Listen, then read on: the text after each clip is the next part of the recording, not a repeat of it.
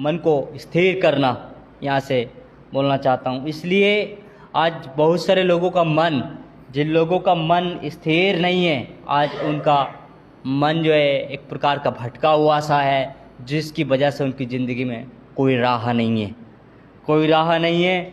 और आज उनकी ज़िंदगी में कोई राह उनको नहीं मिल रही है। इसलिए भाई बहन, जो लोग का मन आज स्थिर नहीं है वो इधर उधर घूम रहे हैं, इधर उधर जा रहे हैं।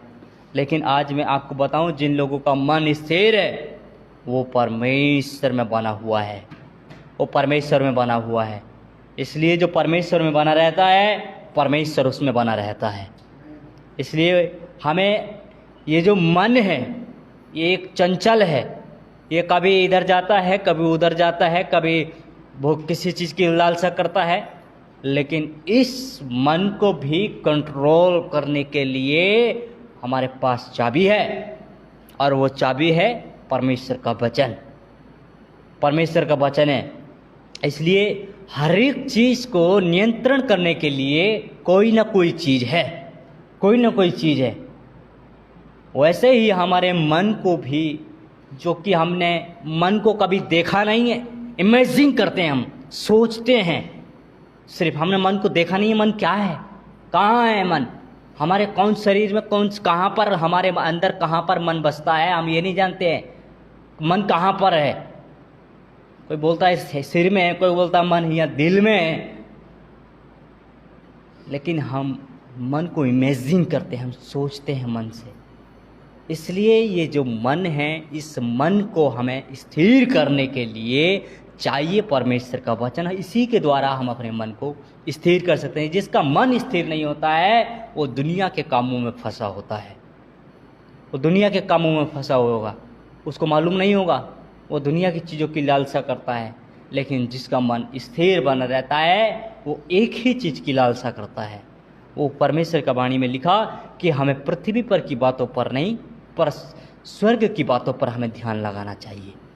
खुदाबंद की वाणी में लिखा है हमें पृथ्वी पर की जो बातें हैं ऐसी चीज़ों पर नहीं, लेकिन हमें खुदाबंद की ओर अपने मन को लगाएं, परमेश्वर की वाणी की ओर लगाएं, उस खुदा के स्वर्ग की ओर अपने मन को लगाएं। तब हम हमारा मन को स्थिर कर सकते हैं। और मन को स्थिर करने के लिए मैंने बताया कि हमें चाहिए परमेश्वर का वचन। परमेश्वर का वचन ही हमारे मन को स्थिर करता है। रोमियो का किताब 16 अध्याय का 25 से लेकर जब आप 27 तक वहाँ पर पढ़ोगे, खुदाबंद के वचन में वो बातें वहाँ पर लिखी गई हैं। अब जो तुमको मेरे सुसमाचार अर्थात यीशु मसीह के संदेश का प्रचार के अनुसार स्थिर करता है, उसका भेद प्रकाश के अनुसार जो सनातन से छिपा रहा है, परमेश्वर का वचन कहता है। इसलिए हमें उस खुदा का वचन में ये बातें देखने के लिए मिलता है कि परमेश्वर का सुसमाचार, परमेश्वर का वचन ही हमें हमारे जीवन को स्थिर कर सकता है, हमारे मन को वो स्थिर कर सकता है। नहीं तो आज बहुत सारे लोगों का मन धोखा दे देता है। कोई जिसका मन में आया, कितने लोग तो सुसाइड कर लेता है, मर जाता है, क्योंकि मन स्थिर नहीं है। मन स्थिर नहीं है, उन्होंने मन को कंट्रोल नहीं किया गया है। आज जिन्होंने अपने मन को कंट्रोल किया गया है उनका जीवन अच्छा है, उनका जीवन अच्छा है और वो बढ़ रहे हैं। इसलिए परमेश्वर ने बोला कि सबसे अधिक हमें क्या करना चाहिए, सबसे अधिक अपने मन की रक्षा कर। जीवन का मूल स्रोत वही है, खुदाबंद ने बोला। इसलिए यदि जो इंसान अपने मन को कंट्रोल नहीं कर सकता है, मन को जो है उसको काबू नहीं कर सकता है, स्थिर नहीं बना सकता है, वो ज़िंदगी में कभी भी सक्सेस नहीं हो सकता है, कभी भी आशीषित नहीं हो सकता है और कभी भी आगे नहीं बढ़ सकता है। लेकिन मन को स्थिर करने के लिए, मन को कंट्रोल करने के लिए हमें ये परमेश्वर का वचन ये बातें सिखाता है। इसलिए अवश्य है कि हमें इन बातों पर गौर करें और परमेश्वर की वाणी में हम जो बताया गया है परमेश्वर ने, हम उस पर ध्यान दें। इसलिए आज हम दुनिया की चीज़ों में, हम दुनिया के साथ तो जी जरूर रहे हैं, दुनिया के साथ जी जरूर रहे हैं, पर हमारा मन दुनिया की ओर ना हो। दुनिया के साथ जी रहे हैं लेकिन हमारा मन हमारे खुदा की ओर होना चाहिए, परमेश्वर की ओर होना चाहिए। इसलिए यहाँ पर राजा दाऊद भी इस बात के लिए बोलता है, परमेश्वर को बोलता है कि हे परमेश्वर, मेरे अंदर शुद्ध मन और मेरे भीतर क्या है कि एक स्थिर आत्मा नए सिरे से उत्पन्न कर।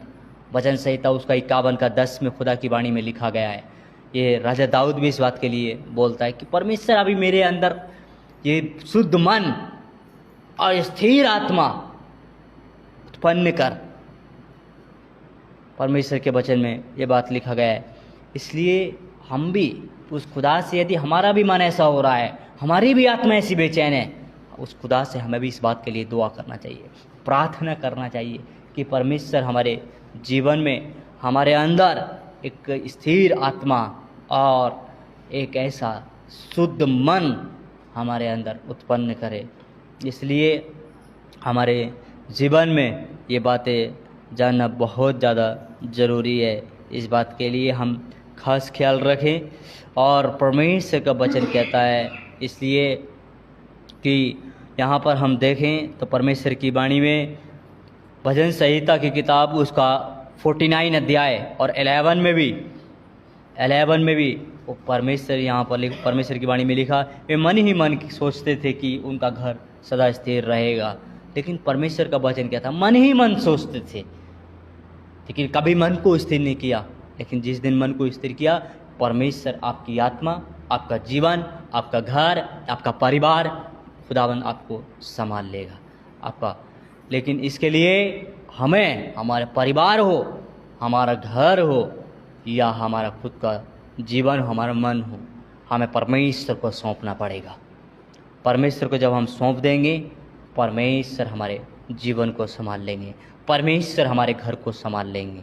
इसलिए आज की सुबह खुदावंद के वचन से मैं आपको यही बात बताकर उत्साह करना चाहता हूँ कि ये जो मन है हमें बहुत सारी चीज़ों से धोखा देता है, लेकिन खुदा का वचन में जब हम लगा लेंगे, ये हमारा मन उस खुदा को प्रसन्न करने के लिए होना चाहिए, हमारा मन उस खुदा में लगा रहने के लिए होना चाहिए।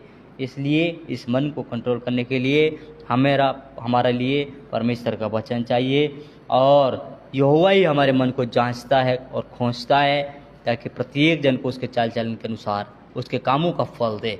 यानी कि जब हम इस रीति से चलते हैं, परमेश्वर को भावने वाला जीवन देते हैं, तो परमेश्वर भी हमारे प्रतिफल, हमारे कामों के अनुसार वो हमारी ज़िंदगी को और भी बेहतर बनाते हैं, और भी अच्छे काम। उन्होंने बोला कि वो उनकी ज़िंदगी में जो है फल दूँ, अर्थात उनके कामों का फल दूँ। जब हम उसके अनुसार काम करते हैं, उसके अनुसार चलते हैं, तो क्या है, परमेश्वर भी ये चाहते हैं कि मैं इनको और बढ़ाऊँ, मैं और आशीष दूँ।